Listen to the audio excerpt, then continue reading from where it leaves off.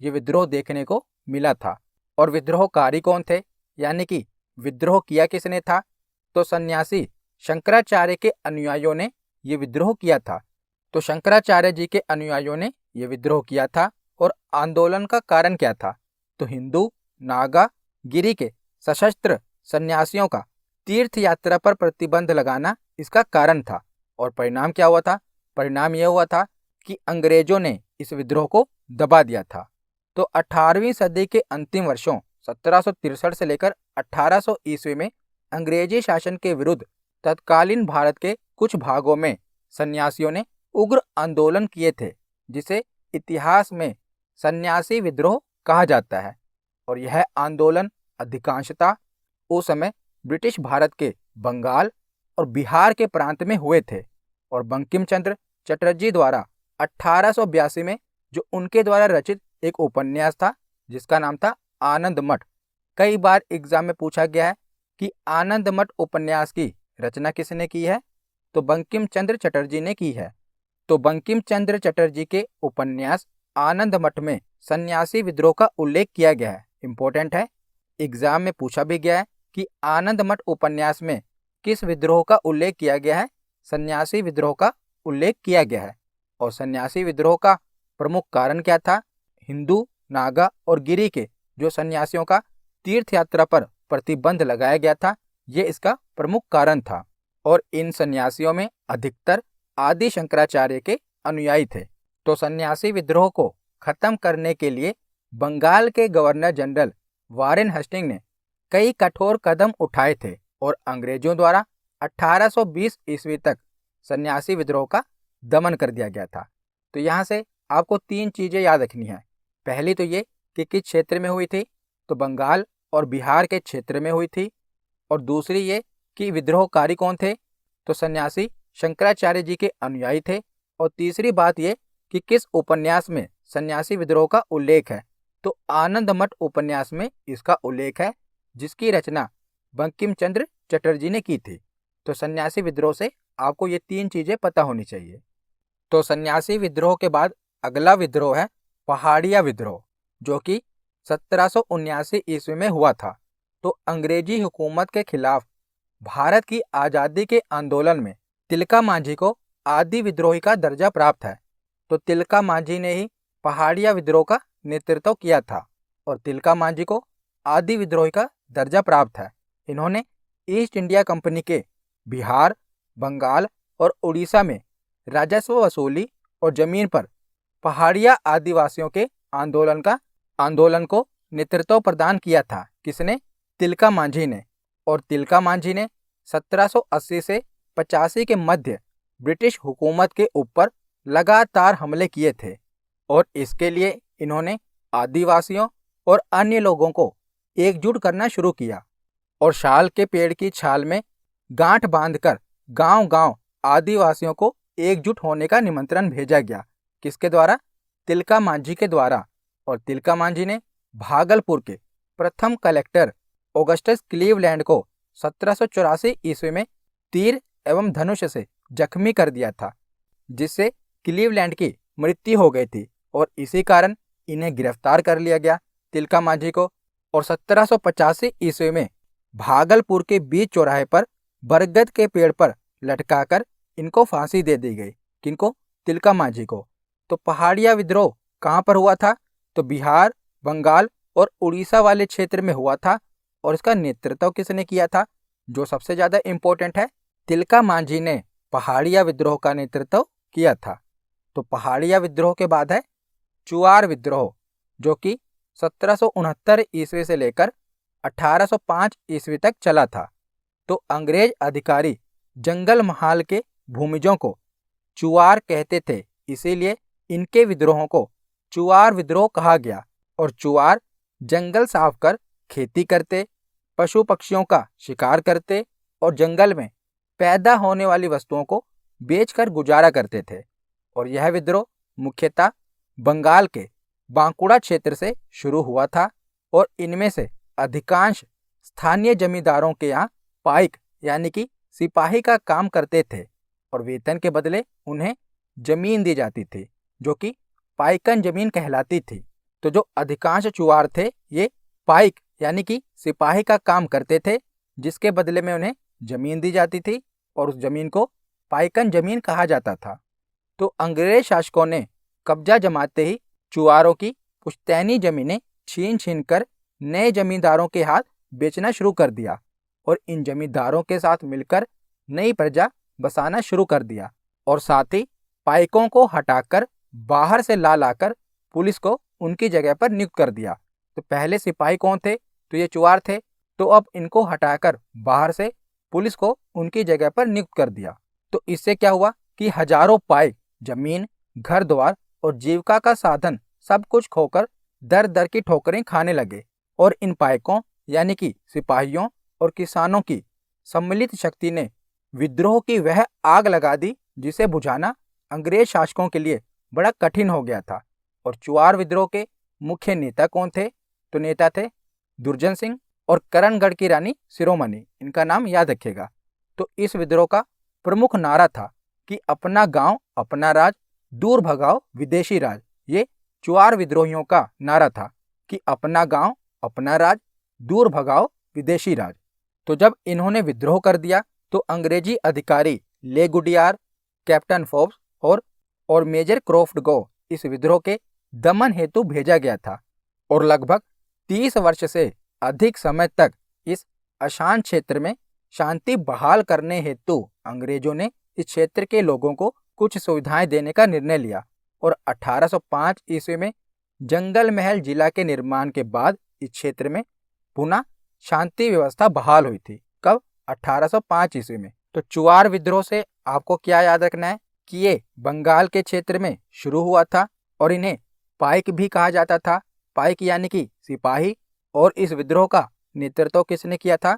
तो दुर्जन सिंह और करणगढ़ की रानी शिरोमणि ने इसका नेतृत्व किया था। तो चुआर विद्रोह के बाद देखते हैं अगला विद्रोह, पागलपंथी विद्रोह। तो पागलपंथी विद्रोह 1813 ईस्वी से लेकर 1831 ईस्वी तक चला था। तो इसका समय है यानी कि शुरुआत हुई थी 1813 ईस्वी में। संस्थापक यानी कि नेतृत्व किसने किया था? टीपू ने किया था। और उद्देश्य क्या था? तो जमींदारों के अत्याचार के खिलाफ यह विद्रोह हुआ था। तो यह विद्रोह बंगाल में हुआ था और टीपू ने जमींदारों के विरुद्ध यह आंदोलन शुरू किया था। और पागलपंथी विद्रोह की शुरुआत किसने की थी? टीपू ने की थी। तो पागलपंथी एक प्रकार का अर्ध धार्मिक संप्रदाय था और यह संप्रदाय उत्तरी बंगाल में करमशाह द्वारा चलाया गया था। तो करमशाह के द्वारा पागलपंथ चलाया गया था और ये अर्ध धार्मिक संप्रदाय था। तो करमशाह के बाद उसके बेटे टीपू ने इस विद्रोह का नेतृत्व किया था जिसे पागलपंथी विद्रोह कहा गया। तो 1825 ईस्वी में करमशाह के उत्तराधिकारी पुत्र टीपू ने जमींदारों के अत्याचार के खिलाफ विद्रोह कर दिया और यह विद्रोह इस क्षेत्र में 1840 ईस्वी से लेकर 1850 ईस्वी तक जारी रहा। और यह विद्रोह शुरू कब हुआ था? तो जमींदारों एवं साहूकारों के अत्याचारों के खिलाफ करमशाह के पुत्र टीपू ने स्थानीय गारो जनजाति के लोगों के साथ 1813 ईस्वी में विद्रोह शुरू किया था। तो पागलपंथी विद्रोह से आपको यही याद रखना है कि यह विद्रोह कहां पर हुआ था? तो बंगाल के क्षेत्र में हुआ था और इसका नेतृत्व किसने किया था? तो टीपू ने इसका नेतृत्व किया था। तो पागलपंथी विद्रोह के बाद है भील विद्रोह। तो 1818 ईस्वी का भील विद्रोह जनजाति द्वारा उठाया गया पहला ब्रिटिश प्रतिरोध आंदोलन था और भील जनजाति का शांतिपूर्ण जीवन का एक लंबा इतिहास रहा है, लेकिन ब्रिटिश प्रशासन द्वारा किए गए परिवर्तनों और सामंती व्यवस्था ने इन्हें सरकार के खिलाफ उग्र बना दिया। तो जो भील जनजाति शांतिपूर्वक रहती थी, अंग्रेजी सरकार के किए गए परिवर्तनों और हस्तक्षेप ने इन्हें उग्र बना दिया।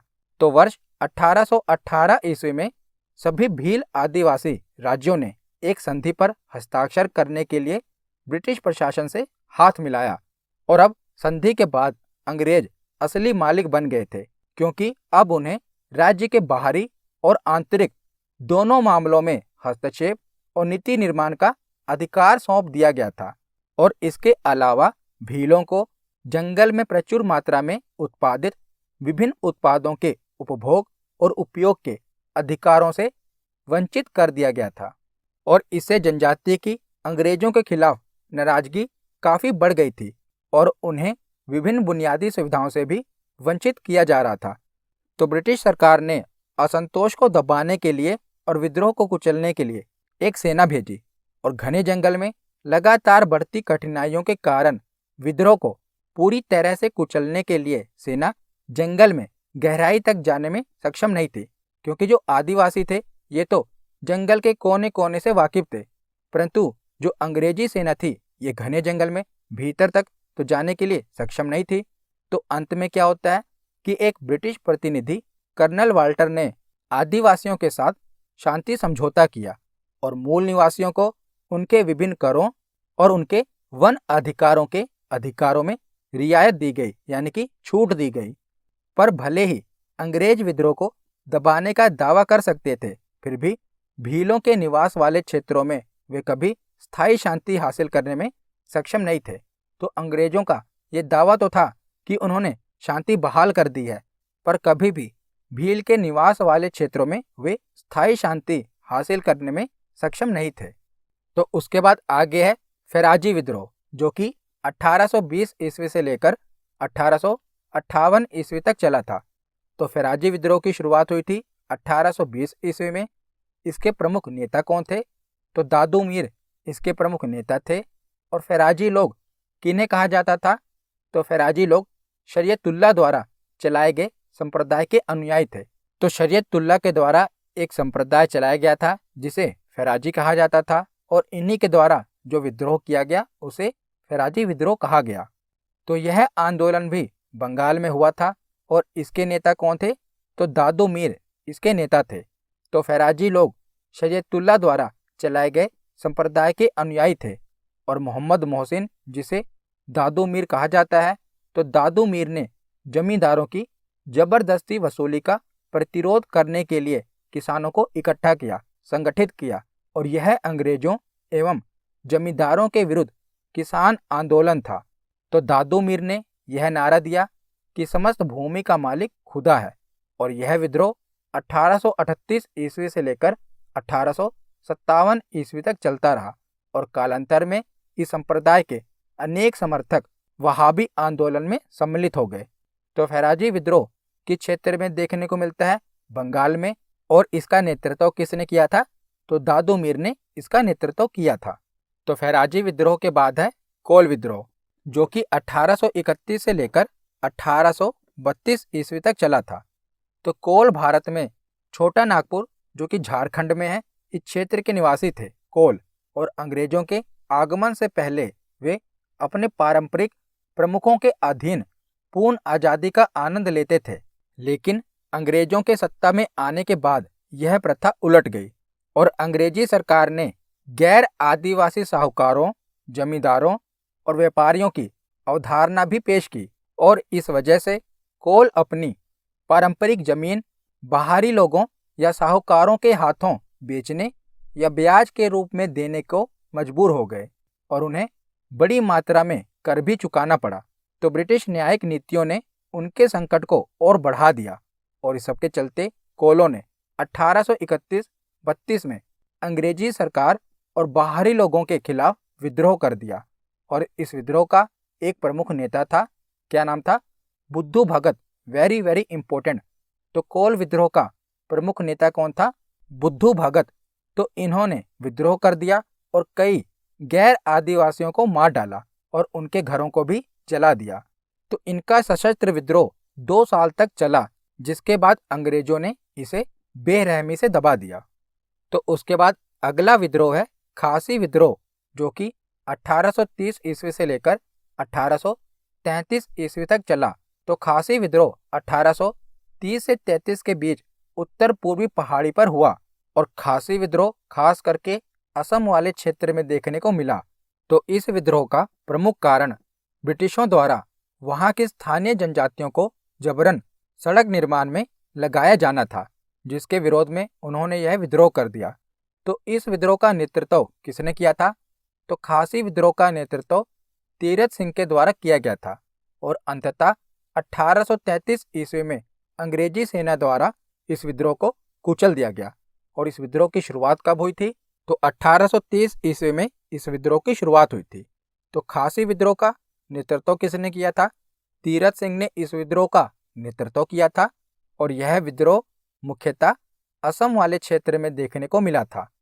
तो उसके बाद आगे है कूका विद्रोह, जो कि 1840 से लेकर 1872 ईस्वी तक चला था। तो कूका विद्रोह की शुरुआत पंजाब में एक धार्मिक आंदोलन के रूप में हुई थी, लेकिन धीरे धीरे यह विद्रोह राजनीतिक विद्रोह के रूप में परिवर्तित हो गया। तो पहले यह धार्मिक आंदोलन के रूप में शुरू हुआ था, परंतु धीरे धीरे इस विद्रोह ने धार्मिक आंदोलन से राजनीतिक आंदोलन का रूप धारण कर लिया और यह विद्रोह भी अंग्रेजों के विरुद्ध ही था। तो सिखों के नामधारी संप्रदाय के लोग कूका भी कहलाते हैं और इन्हीं के द्वारा कूका विद्रोह शुरू किया गया था। तो कूका आंदोलन की शुरुआत भगत जवाहरमल, जिन्हें सियान साहब कहा जाता था, उनके द्वारा और उनके शिष्य बालक सिंह और राम सिंह के द्वारा पश्चिमी पंजाब में किया गया था कूका विद्रोह। तो कूका लोगों ने पूरे पंजाब को 22 जिलों में बांटकर अपनी समानांतर सरकार बना डाली थी। तो एक प्रकार से इन्होंने पंजाब पर शासन करना शुरू कर दिया था, पर अधूरी तैयारी में ही यह विद्रोह भड़क उठा, जिस कारण यह विद्रोह दबा दिया गया।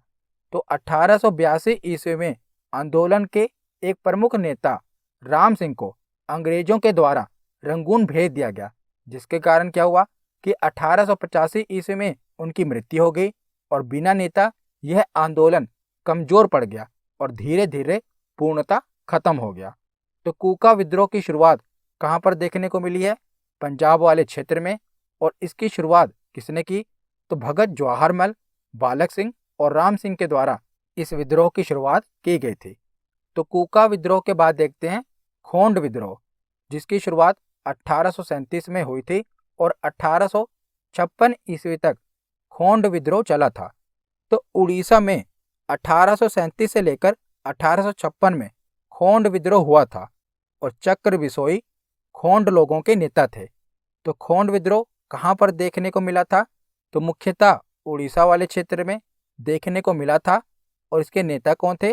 तो चक्र बिसोई इसके नेता थे।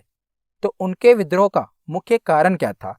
तो मारिया, जिसे बलिदान कहा जाता है, मारिया की प्रथा को दबाने का अंग्रेजों का प्रयास था और बदले में जमींदारों और साहूकारों की आमद के साथ नए करों का पेश करना था।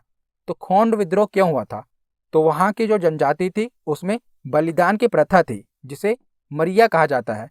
तो अंग्रेजों ने क्या किया कि इस प्रथा को खत्म करने का प्रयास किया और इसके साथ साथ वहाँ के जो जमींदार थे और साहूकार थे ना, उन्होंने भी ब्याज काफी बढ़ा दिया था और अंग्रेजों ने भी कर काफी बढ़ा दिया था। तो ये कई कारण थे जिस कारण खोंड विद्रोह देखने को मिला। तो इसके नेता कौन थे? तो चक्र बिसोई इसके नेता थे। तो उसके बाद आगे है संथाल विद्रोह, जो कि 1855-56 के दौरान देखने को मिलता है। तो संथाल विद्रोह संथाल जनजाति के द्वारा ब्रिटिश ईस्ट इंडिया कंपनी और जमींदारी प्रणाली दोनों के ही खिलाफ था और वर्तमान के झारखंड, पश्चिम बंगाल और बिहार के क्षेत्र में ये विद्रोह हुआ था। तो मुख्य रूप से देखा जाए तो संथाल विद्रोह झारखंड का विद्रोह था। अगर हम मुख्य रूप से देखें, अगर आपसे प्रश्न पूछा जाएगा कि संथाल विद्रोह कहाँ पर देखने को मिला था, तो आपको झारखंड ही लगाना है, क्योंकि मुख्य रूप से ये झारखंड वाले क्षेत्र में देखने को मिला था। तो संथाल विद्रोह का नेतृत्व 4 सहोदर भाइयों ने किया था, सिद्धू, कान्हू, चंद और भैरव।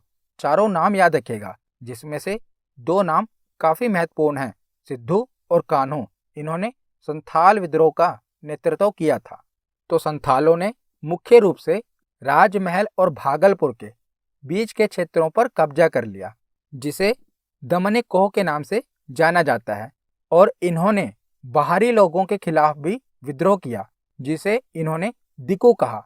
और इनका प्राथमिक उद्देश्य विदेशी या अंग्रेजी शासन का पूरी तरह से सफाया करना था। तो पुलिस कर्मियों, जमींदारों, राजस्व और अदालत के अधिकारियों द्वारा संथाल लोगों पर किए गए शोषण ने इनका आक्रोश और भी बढ़ा दिया था। तो साहूकारों ने संथालों से 50% से लेकर 500% तक की अत्यधिक ब्याज दर वसूल की।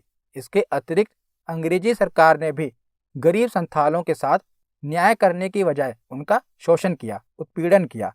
तो 1855 ईस्वी में 10,000 से अधिक संथालों ने औपनिवेशिक सरकार यानी कि अंग्रेजी सरकार के खिलाफ विद्रोह कर दिया।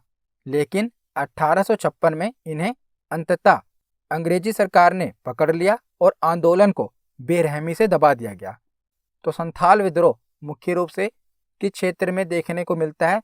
झारखंड वाले क्षेत्र में देखने को मिलता है। और इसका नेतृत्व किसने किया था? तो सिद्धू, कान्हू, चंद और भैरव ने इसका नेतृत्व किया था, जिसमें से दो नाम काफी इंपॉर्टेंट है। सिद्धू और कान्हू ने संथाल विद्रोह का नेतृत्व किया था। तो संथाल विद्रोह के बाद है मुंडा विद्रोह, वेरी वेरी इंपॉर्टेंट। तो मुंडा लोगों ने अंग्रेजों को बहुत जबरदस्त शिकस्त दी थी। तो यह विद्रोह 1895 ईस्वी में प्रारंभ हुआ था और 1901 ईस्वी तक चलता रहा। तो मुंडाओं के विद्रोह का क्षेत्र भी छोटा नागपुर का पठार, जो कि झारखंड में है। तो यहाँ से इस विद्रोह की शुरुआत हुई थी, झारखंड से। और इनका प्रमुख नेता कौन था? तो बिरसा मुंडा इनका प्रमुख नेता था। वेरी वेरी इंपॉर्टेंट, इनका नाम याद रखिएगा, बिरसा मुंडा।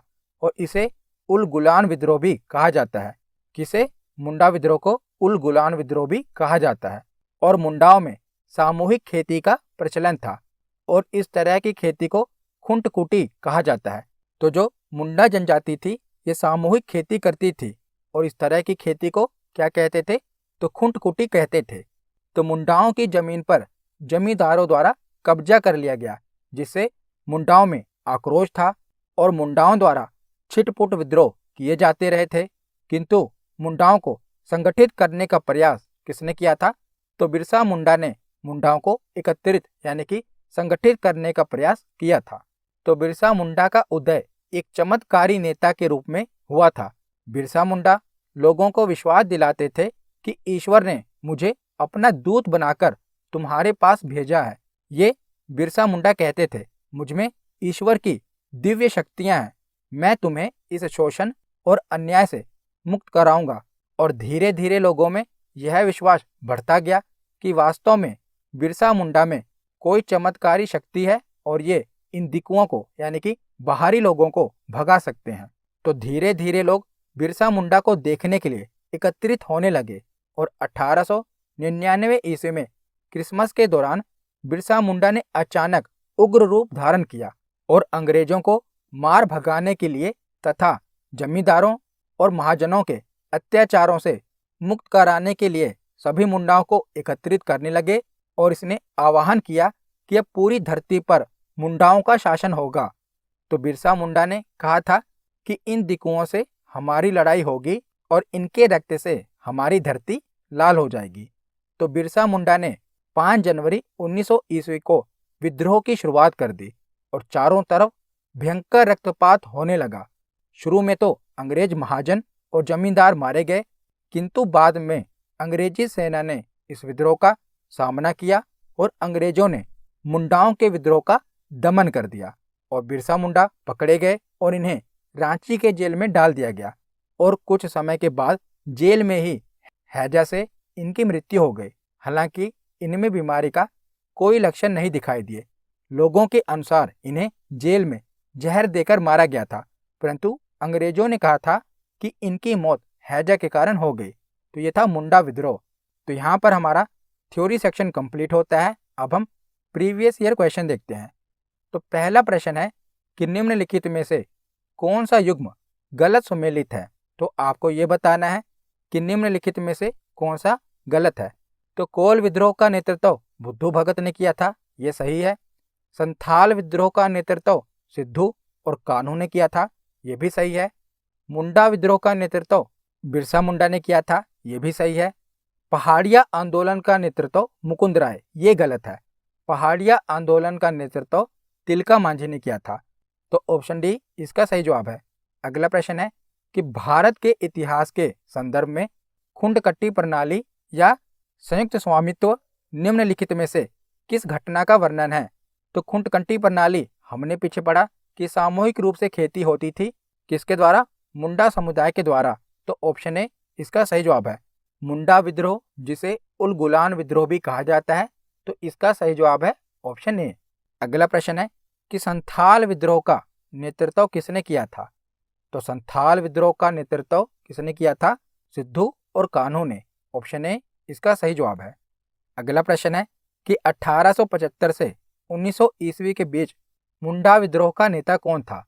तो मुंडा विद्रोह का नेता था बिरसा मुंडा। ऑप्शन ए इसका सही जवाब है। अगला प्रश्न है कि भारत के इनमें से किस राज्य में संथाल विद्रोह हुआ था? तो संथाल विद्रोह मुख्य रूप से झारखंड में देखने को मिलता है। तो ऑप्शन डी इसका सही जवाब है। अगला प्रश्न है कि पागल पंथ की स्थापना किसने की थी? तो पागल पंथ की स्थापना की थी करम शाह ने। ऑप्शन बी इसका सही जवाब है। अगला प्रश्न है कि कोल विद्रोह से संबंधित क्षेत्र कौन सा है? तो कोल विद्रोह से संबंधित क्षेत्र है झारखंड।